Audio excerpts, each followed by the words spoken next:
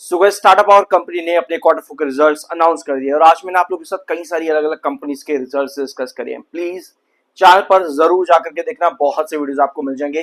क्या दिया है कंपनी ने रिजल्ट्स, हम आज प्री एनालिसिस के अंदर क्या डिस्कस कर रहे थे कि बहुत मुश्किल है कंपनी के लिए 17,000 करोड़ पिछले साल का रिवेन्यू वापस से देना।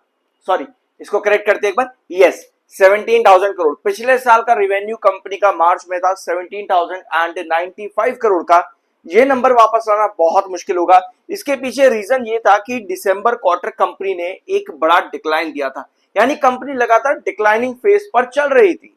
तो वापस से एक बड़ा नंबर लेकर के आ पाना, जिसकी वजह से एनुअल बेसिस पर वो ग्रोथ पॉजिटिव में कंपनी को मिल पाए, मुश्किल है। पर हम ये एंटिसिपेट कर रहे थे कि शायद कंपनी -4, -3, -2 इतना कंपनी लेकर के आ पाए तो भी बहुत बढ़िया होगा। लेकिन कंपनी ने आज के दिन क्या किया है, सारी फिगर्स करोड़ में है। मैं आपको पहले बता दूं, ये है मार्च 26 का कॉलम, ये है दिसंबर 25, ये है मार्च 25 का कॉलम।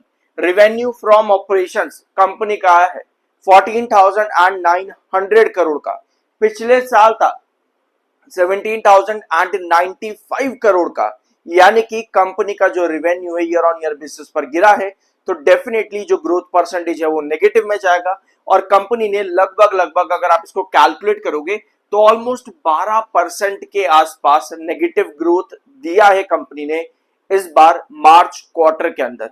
और अगर 12% दिया है तो दिसंबर में कंपनी का ग्रोथ था -9%, यानी कि कंपनी का ग्रोथ और गिरा है 3% ज्यादा क्वार्टर ऑन क्वार्टर बेसिस पर। ये कैलकुलेट होता है एनुअल बेसिस पर, बट जो ग्रोथ है उसका जो डिफरेंस है वो क्वार्टर ऑन क्वार्टर बेसिस पर नापा जाता है। तो वहां पर कंपनी ने अच्छा परफॉर्मेंस नहीं किया है। दिसंबर में कंपनी का रिवेन्यू था 13,948 करोड़ का, तो कंपनी ने year on year quarter on quarter basis पर रिवेन्यू पर अच्छा जंप दिखाया है, but year on year basis पर कंपनी वैसा नहीं कर पाई। और ये कर देती कंपनी, इसमें देखो आसान था, क्वार्टर ऑन क्वार्टर तो बहुत आसान था, बट ईयर ऑन ईयर बहुत मुश्किल था। तो कंपनी ने उसी हिसाब से नंबर भी दिया यहाँ पे।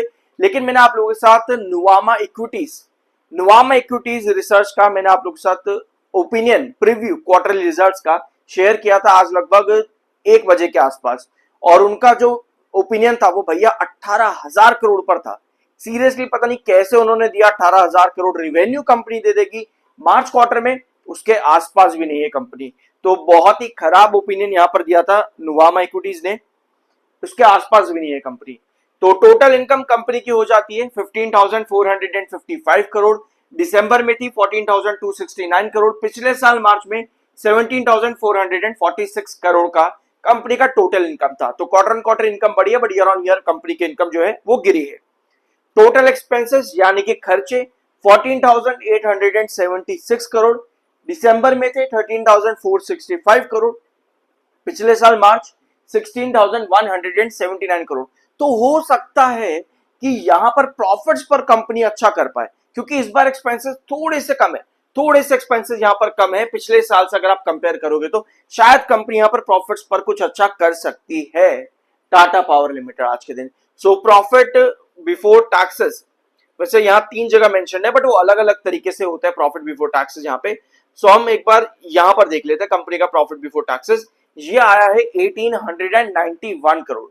ये है कंपनी का प्रॉफिट बिफोर टैक्सेस 1891 करोड़ का, जो कि दिसंबर में था 1539 करोड़। तो definitely quarter on quarter basis पर कंपनी का जो प्रॉफिट बिफोर टैक्स है वो बड़ा है। और अच्छी चीज यहां पर यह नजर आ चुकी है कि पिछले साल मार्च में 1581 करोड़ का प्रॉफिट बिफोर टैक्स था, और ईयर ऑन ईयर बेसिस पर कंपनी ने यहां इंक्रीज दिखाया है 310 करोड़ के आसपास। कंपनी का प्रॉफिट बिफोर टैक्स बढ़ा है, तो ये चीज कंपनी ने बहुत अच्छी करी कि पॉजिटिव प्रॉफिट ग्रोथ कंपनी यहां पर शायद दे सकती है आफ्टर टैक्सेस में।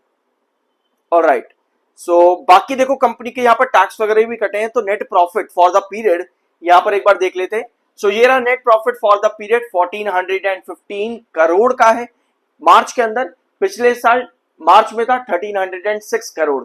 यानी कि year on year basis company ने जो प्रॉफिट आफ्टर टैक्सेस है, give me 1 second, yes, year on year basis पर कंपनी का जो प्रॉफिट है आफ्टर टैक्सेस 109 करोड़ बढ़ा है। तो यहाँ पर पॉजिटिव ग्रोथ कंपनी ने दिया है।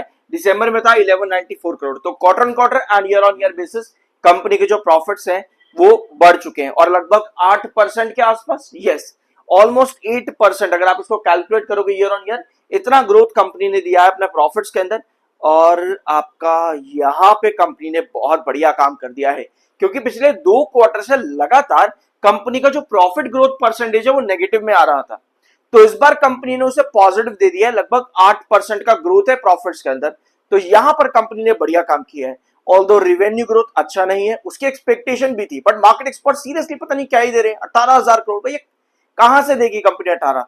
दिसंबर में इतना बड़ा डिक्लाइन है, मार्च में कंपनी सीधा 18,000 करोड़, बहुत मुश्किल होता है। और ये हमने एक्सपेक्टेशंस के अंदर डिस्कस भी किया था अपनी, कि इतना भाई मुश्किल ही है ये। तो भले ही कंपनी -8% पर आ जाएगी, बट पॉजिटिव ग्रोथ तो नामुमकिन है यहां पर, और वही हुआ है। बट कंपनी ने -9 के भी ऊपर का -12% का रेवेन्यू ग्रोथ दिया है, जो कि खराब है। But still at the end मुझे क्या लगता है कि ये रिजल्ट्स कैसे, मेरे हिसाब से रिजल्ट्स डिसेंट है, ज्यादा खराब भी नहीं है, ज्यादा बढ़िया भी नहीं है, डिसेंट है। खराब से थोड़े से ऊपर है, मतलब खराब से थोड़े से ऊपर मेरे ओपिनियन के अकॉर्डिंग। बट लेकिन यहां पर क्या रिजल्ट्स मैटर करते हैं, सबसे बड़ा सवाल यही आता है। आप लोगों ने कई कंपनीज देखी होगी, मैं दिसंबर क्वार्टर की बात करूंगा, क्योंकि अडानी पावर या अडानी ग्रीन एनर्जी, इनके रिजल्ट्स अच्छे नहीं थे, बट स्टिल इन कंपनीज ने अच्छे रिटर्न्स दिए, रिजल्ट्स अच्छे। कई बार ऐसा होता है कंपनीज के रिजल्ट्स अच्छे नहीं होते, बट वो स्टिल कंपनी रन दे रही होती है। उसके पीछे रीजन होते हैं सेक्टर, ठीक है, सेक्टर अगर बढ़िया है तो डेफिनेटली कंपनी चलेगी। तो मई का महीना पावर सेक्टर के लिए मुझे लगता है कि ये फ्लैट रहेगा। शायद इस महीने हमको वो रिटर्न्स देखने को ना मिले पावर सेक्टर में जो हमको अप्रैल में दिखे थे।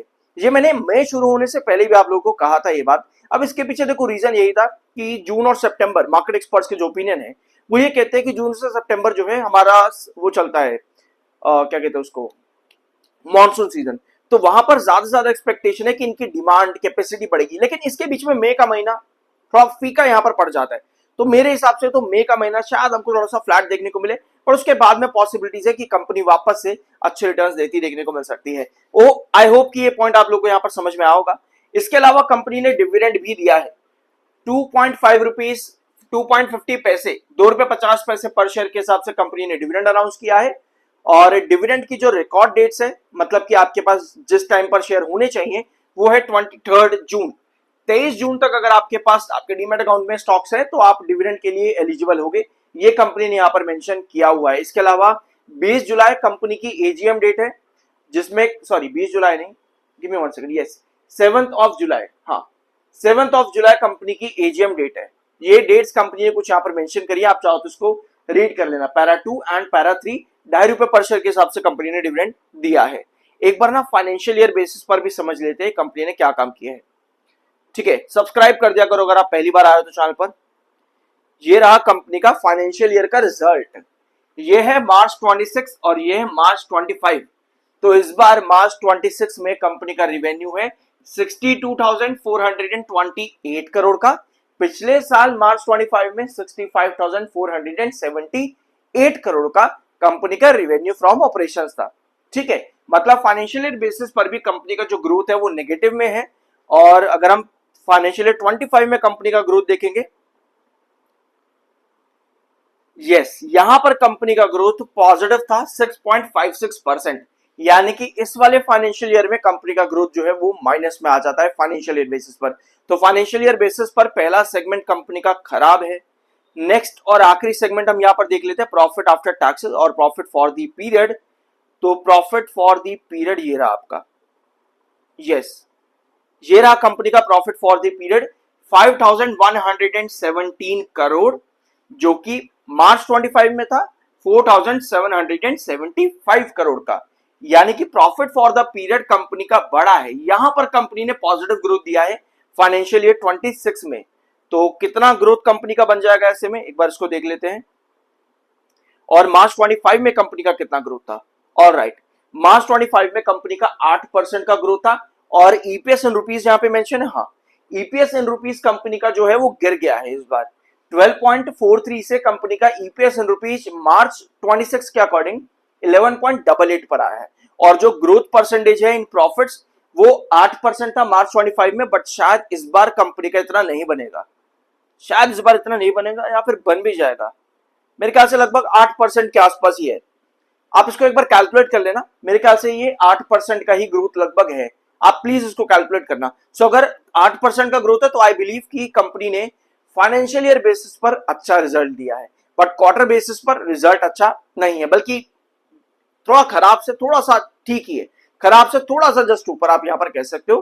कोई बहुत बुरा भी नहीं है, अच्छा तो बिल्कुल नहीं है, बट इतना बुरा भी नहीं है क्वार्टरली बेसिस पर, बट फाइनेंशियल ईयर बेसिस पर कंपनी ने स्टिल कॉप अप किया है। सो ये था आज का इनका वीडियो। होप कुछ नया जानने को मिला होगा। सब्सक्राइब जरूर करना, मिलता अगले वीडियो में।